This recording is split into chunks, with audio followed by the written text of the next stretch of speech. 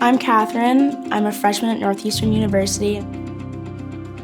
Growing up as an only child, I didn't have a sibling to lean on or to just spend all my time with, and it was always one of my parents. My dad was my first soccer coach, and my mom, I spend every waking moment with her when I'm at home, and the bond that we have is super strong.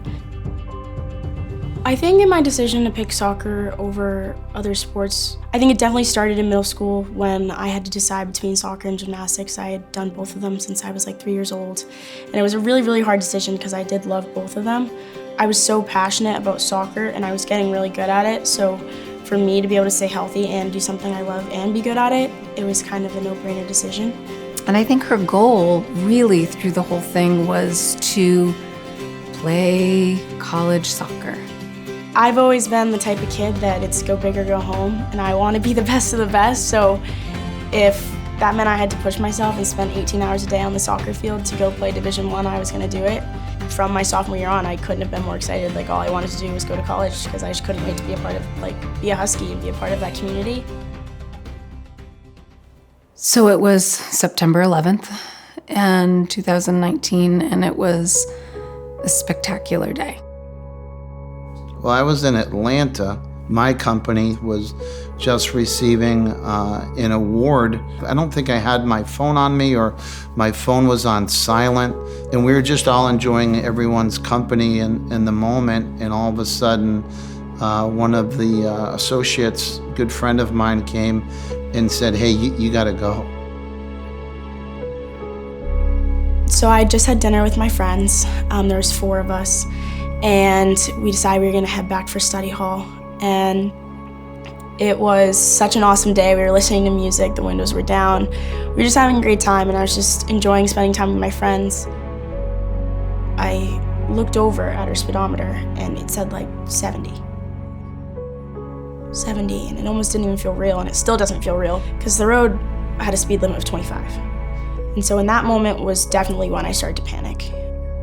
I could feel my phone in my bag, so I answered the phone, and it was the North Andover police, and they said, Katherine's been in an accident. And it was one of those moments in your life that from the moment you become a parent, you dread.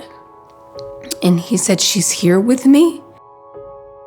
I realized it was really bad when the ambulance doors opened and I looked. I will never forget the look on my mom's face. And I think that's when I knew how bad it was. Everyone has quite a story to tell from that September 11th night. Thank God all the kids are still with us today, but it's been a painful road. It will be something that is forever etched in their memory. I was brought into one of the trauma rooms and unwrapped my leg from this blanket that they had on it, and they looked at it and they pretty much were like, "We don't deal with this, we don't know what to do." They let us back into the room. They said right away, "She's gonna need to be transferred to Shriners." But until Dr. Sheridan came in to say, "Well, we're gonna go into surgery now. I need to relieve the pressure in that leg," it was then that I realized she could lose her leg. Katherine had suffered a very deep burn to her leg, and the muscles were damaged. And so as a damaged muscle within those compartments swells, the pressure goes up in that compartment. And the only treatment for that to, salvage the limb is to release the compartments so that the muscles can swell without constraint. So when Katherine first arrived to Shriners, she just had a smile that would light up a room and always had a positive attitude. Well, people like Katherine are fun to take care of because they really want to get better. She really, I think, exceeded all expectations. Katherine was pretty special. She was one brave young lady. She had to endure a lot. Pain, fear of the unknown.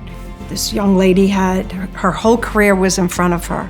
She had committed to Northeastern to play soccer, and in an instant, that almost went away. One of her goals was to be able to return to soccer. Like, we all know that was her passion. One of my goals as a therapist was to get her there. Not only to get her back to the soccer field, but was to actually get her back to playing her senior year of soccer. When Katherine left the hospital, it's the end of October, I think there were 2 games left of her high school. The very last game she got to play, one of her nurses came and Katherine scored a goal. It was amazing. Everybody was on their feet cheering for her. I mean, the tears.